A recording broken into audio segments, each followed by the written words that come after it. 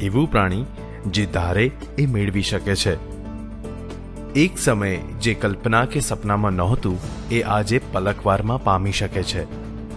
પણ આ પ્રગતિના પગથિયા ચડતો માણસ પોતાના સ્વાસ્થ્ય બાબતે અધોગતિ કરતો જાય છે। આ સ્વાસ્થ્યના ભોગે થયેલી પ્રગતિ બહુ હાનિકારક છે। માણસ આજે અનેક રોગોના ભરડામાં આવી ચૂક્યો છે।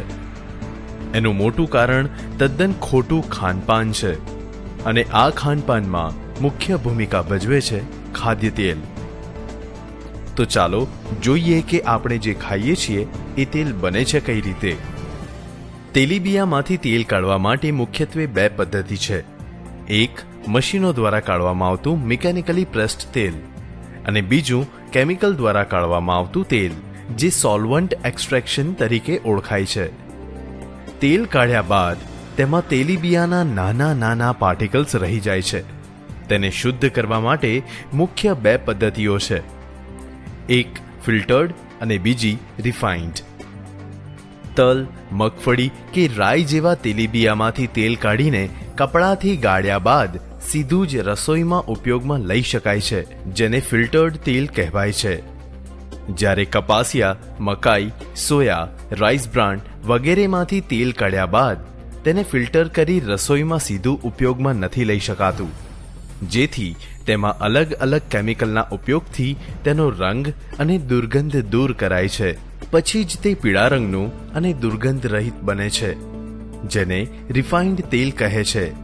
આપણામાં એક એવી માન્યતા છે કે સિંગ તેલનો રસોઈમાં ઉપયોગ કરવાથી શરીરમાં કોલેસ્ટ્રોલનું પ્રમાણ વધે છે, જ્યારે સત્ય હકીકત એ છે કે તેલમાં કોલેસ્ટ્રોલનું પ્રમાણ 0 હોય છે।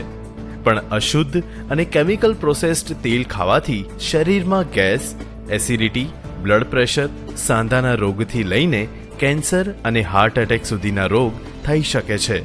લગભગ 80 જેટલી બીમારીઓનું કારણ અશુદ્ધ તેલ છે। એટલે તેલ એવું ખાવું જોઈએ કે જેમાં સારા કોલેસ્ટ્રોલ, પોલી અનસેચ્યુરેટેડ અને મોનો અનસેચ્યુરેટેડ ફેટનું પ્રમાણ સારું હોય, જે HDL એટલે કે સારું કોલેસ્ટ્રોલ વધારવામાં મદદ કરે છે।